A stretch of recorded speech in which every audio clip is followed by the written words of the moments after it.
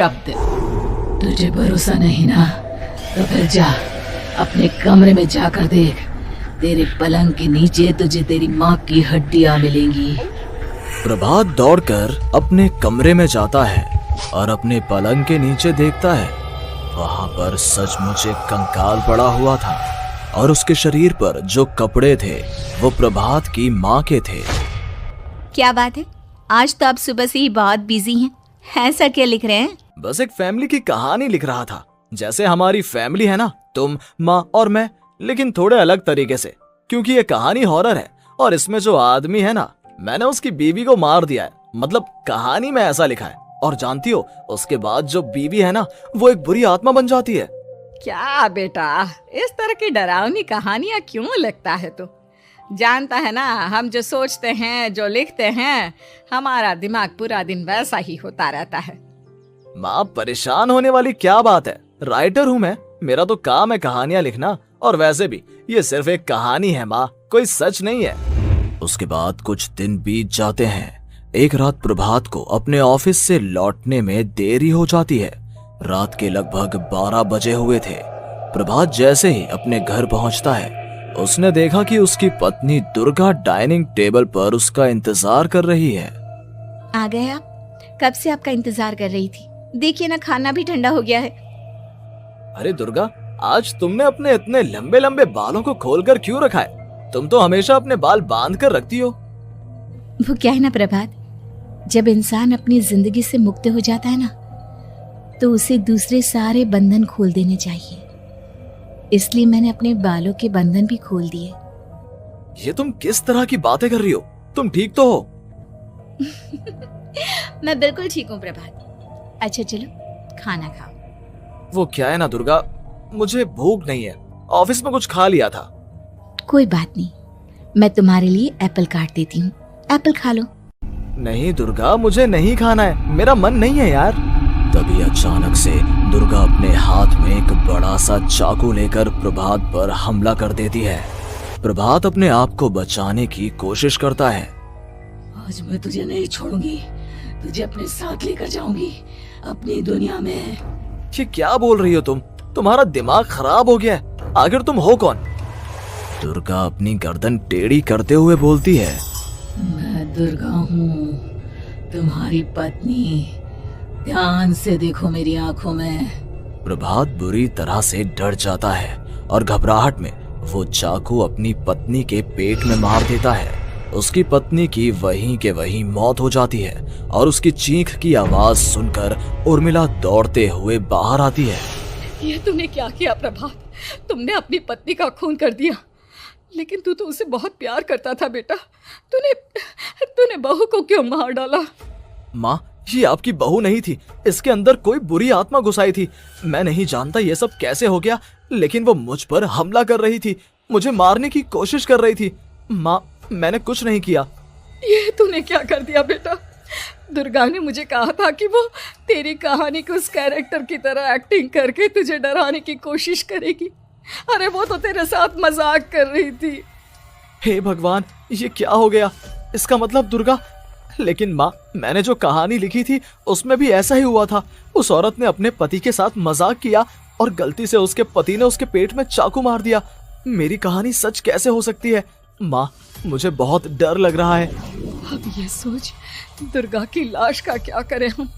अगर गलती से भी ये बात बाहर फैल गई ना, तो तुझे पूरी जिंदगी जेल की सलाखों के पीछे रहना पड़ेगा। एक काम करते हैं माँ, हम घर के पीछे वाले बगीचे में उसकी लाश को दबा देते हैं। अगर कोई पूछेगा तो कह देंगे कि उर्मिला अपने मायके गई और फिर एक दिन हम भी अचानक यहाँ से कहीं दूर चले जाएंगे। कोई नहीं आएगा हमें पूछने, कोई नहीं आएगा माँ, बाद में जो होगा हम देख लेंगे। प्रभात अपनी माँ उर्मिला की मदद से दुर्गा की लाश को अपने घर के बगीचे में गाड़ देता है। कुछ दिन तो ऐसे ही बीत जाते हैं, लेकिन एक दिन अचानक रसोई से आ रही कुछ आवाजें सुनकर प्रभात की नींद खुलती है। प्रभात ने देखा कि वहां पर एक लंबे बालों वाली औरत दूसरी तरफ चेहरा करके खड़ी हुई थी। कौन है? कौन है वहां पर? अरे कौन हो तुम? मैं दुर्गा हूँ प्रभात। क्या हुआ? मुझसे इस तरह के सवाल क्यों कर रहे हो तुम? तुम दुर्गा नहीं हो सकती। दुर्गा तो प्रभात, मैं तुम्हारी पत्नी हूँ, तुम मुझे कैसे भूल सकते हो? 4 दिन के लिए मायके क्या चली गई, तुम तो मुझे भूल ही गए। अब अगली बार ना मैं कहीं नहीं जाऊंगी। पता चला तुमने तो मुझे पहचानने से ही इनकार कर दिया। नहीं, तुम दुर्गा नहीं हो सकती। तुम दुर्गा हो ही नहीं सकती। मैं जानता हूं ये सब क्या हो रहा है। मैंने अपनी कहानी में लिखा था कि उस आदमी की पत्नी की मौत के बाद एक बुरी आत्मा उसका रूप लेकर उसके घर में आ जाती है। तुम वही हो ना? और अचानक से खूबसूरत दुर्गा का चेहरा काला पड़ जाता है। उसकी आंखें लाल हो जाती हैं और पूरे शरीर पर बाल, लंबे नुकीले नाखून, उसके दोनों पैर उल्टे हो जाते हैं और बेहद डरावनी आवाज में वो चिल्लाकर कहती है, बुरी आत्मा, मेरा खून करके मुझे अपने ही घर में गाड़ कर तू मुझे बुरी आत्मा कह रहा है? मैं तुझे छोड़ूंगी नहीं। और अचानक से प्रभात के घर में बेहद डरावनी आवाजें गूंजने लगती हैं। घर में चारों तरफ बहुत सारी बुरी आत्माएं नजर आने लगती हैं। प्रभात घबरा कर अपनी माँ को आवाज देता है, माँ कहाँ है आप? जल्दी आइए माँ, देखिए ना ये सब क्या हो रहा है। प्रभात ने देखा कि अचानक से उसकी माँ कमरे से दौड़ कर आती है। क्या हुआ प्रभात? और ये लोग कौन है? इन सब की गर्दन टेढ़ी क्यों है? इनके बाल खुले हुए। हाँ प्रभात, ये सब लोग तो मुझे मरे हुए नजर आ रहे हैं। हाँ माँ, ये सब लोग मरे हुए ही हैं और ये ठीक वैसा ही हो रहा है जैसा मेरी कहानी में हुआ था। लेकिन मेरी कहानी के हिसाब से तो आप भी। अचानक से उर्मिला का रूप बदल जाता है। वो भी एक डरावने साए की तरह बन जाती है और बेहद डरावनी आवाज में चिल्ला चिल्ला कर कहती है, मर गई तेरी माँ। जानता है, कल रात जब तू सो रहा था ना, तो मैंने उसके शरीर का सारा खून पी लिया। अब बस हड्डियां बची है उसके शरीर में। नहीं, ऐसा नहीं हो सकता। ऐसा बिल्कुल नहीं हो सकता। मेरी माँ नहीं मर सकती। तुझे भरोसा नहीं ना? तो फिर जा, अपने कमरे में जाकर देख। तेरे पलंग के नीचे तुझे तेरी माँ की हड्डियां मिलेंगी। प्रभात दौड़कर अपने कमरे में जाता है और अपने पलंग के नीचे देखता है। वहां पर सचमुच एक कंकाल पड़ा हुआ था और उसके शरीर पर जो कपड़े थे वो प्रभात की माँ के थे। माँ, अब मुझे कुछ करना पड़ेगा। लेकिन मेरी कहानी में लिखा था कि माँ की मौत मेरे हाथों से होगी, पर माँ तो पहले ही मर चुकी है और वो बुरी आत्मा मुझे भी मार देगी। नहीं नहीं, इससे पहले कि वो मुझे कुछ करे, मुझे उसका काम खत्म करना होगा। प्रभात अपने हाथ में बड़ा सा चाकू लेकर उस बुरी आत्मा पर हमला कर देता है जिसने प्रभात की माँ का रूप लिया हुआ था। और अगले ही पल वो नीचे गिर जाती है और उसके शरीर से खून बहने लगता है। ऐसा नहीं हो सकता। एक बुरी आत्मा के शरीर में तो खून होता ही नहीं है। तो क्या सच में मैंने अपनी माँ को मार दिया? लेकिन अभी कुछ देर पहले तो फिर वो कंकाल किसका है? और ये कौन है? मैं पागल हो जाऊंगा। और अपनी माँ की लाश, इसका मैं क्या करूं? लोग पूछेंगे तो मैं क्या जवाब दूंगा? तभी वहां पर दुर्गा का रूप लेकर जो आत्मा थी उसने प्रभात से कहा, गाड़ दे अपनी माँ को ले जाकर उसी जगह जहाँ तूने मेरा खून करके मुझे गाड़ दिया था। जा, चला जा।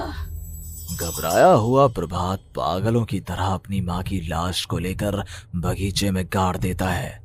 प्रभात की हालत पागलों जैसी हो जाती है। वो अपने आप को अपने घर में बंद कर लेता है। कहानी के हिसाब से तो आगे ये हुआ था कि कहानी लिखने वाले ने उन बुरी आत्माओं से डरकर आत्महत्या कर ली थी। तो क्या मैं भी मर जाऊंगा? क्या मैं भी आत्महत्या कर लूंगा? एक काम करता हूँ, मैं अपनी कहानी का अंत बदल देता हूँ। हाँ, ये मैंने पहले क्यों नहीं सोचा। मैं लिख दूंगा कि कहानी को लिखने वाला आत्महत्या नहीं करता, बल्कि कहीं दूर जाकर नए सिरे से अपनी जिंदगी शुरू करता है। यही सोचकर प्रभात ने अपनी लिखी हुई कहानी को बाहर निकाला और उसे पढ़ना शुरू किया।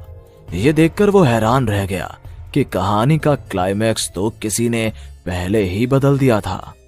ये क्या? इसमें तो लिखा हुआ है कि आखिर में उस लेखक की पत्नी और माँ दोनों बगीचे में जिंदा दफन थे। बुरी आत्माओं ने उनको कैद करके रखा था और वो लेखक अपनी माँ और पत्नी दोनों को जिंदा बाहर निकाल लेता है। लेकिन लेकिन ये सब लिख किसने दिया? प्रभात दौड़कर बगीचे में जाता है और वहां पर खुदाई करना शुरू कर देता है। प्रभात देखता है कि वहां पर लकड़ी के 2 बड़े संदूक हैं और उनके अंदर से आवाजें आ रही हैं। प्रभात, प्रभात बचा लो मुझे, अगर थोड़ी देर और हो गई तो वो मुझे छोड़ेगी नहीं। बेटा देखो, मैं इस बक्से के अंदर बंद हूँ, प्लीज मुझे बाहर निकालो, वो बुरी आत्मा किसी भी वक्त मुझे मार डालेगी। प्रभात वो दोनों बक्से बाहर निकालता है और अपनी पत्नी और माँ दोनों को आजाद करवा लेता है। लेकिन तभी वहां पर अचानक से एक बेहद डरावनी और खौफनाक दिखने वाली औरत आ जाती है। तुझे क्या लगा था इतनी आसानी से अपनी पत्नी और माँ को बचा लेगा? बस 5 मिनट और उसके बाद अमावस का चांद आसमान में आने ही वाला है। लेकिन तूने इन दोनों को बाहर निकाल लिया, अब तुझे मरना होगा। नहीं, मैं जानता हूँ मैं नहीं मरूंगा, और अब आगे क्या करना है ये भी मुझे पता है। प्रभात, ये बहुत खतरनाक है, हमें मार डालेगी प्रभात, चलो यहाँ से। नहीं दुर्गा, अब मुझे अच्छी तरह से पता चल चुका है कि इस बुरी आत्मा से हम कैसे पीछा छुड़वा सकते हैं।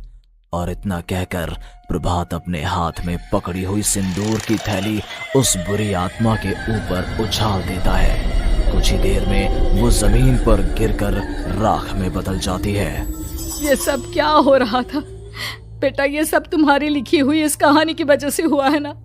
नहीं माँ, पहले मुझे भी ऐसा ही लगा, लेकिन बाद में पता चला कि बरसों पहले हमारे इस बगीचे की जमीन के अंदर किसी को जिंदा गाड़ दिया गया था और बस उसी औरत की आत्मा हमें परेशान कर रही थी। उसी ने मेरे शब्दों में जान डालकर उस कहानी को जिंदा कर दिया था। मुझे माफ कर दो प्रभात, मैंने आपकी कहानी के साथ छेड़छाड़ की थी और उसे बदल दिया था। माफी मांगने की जरूरत नहीं है दुर्गा, तुम्हारे उस बदलाव की वजह से ही आज हम सब जिंदा हैं, क्योंकि आखिर में कहानी में वो हुआ जो तुमने लिखा था।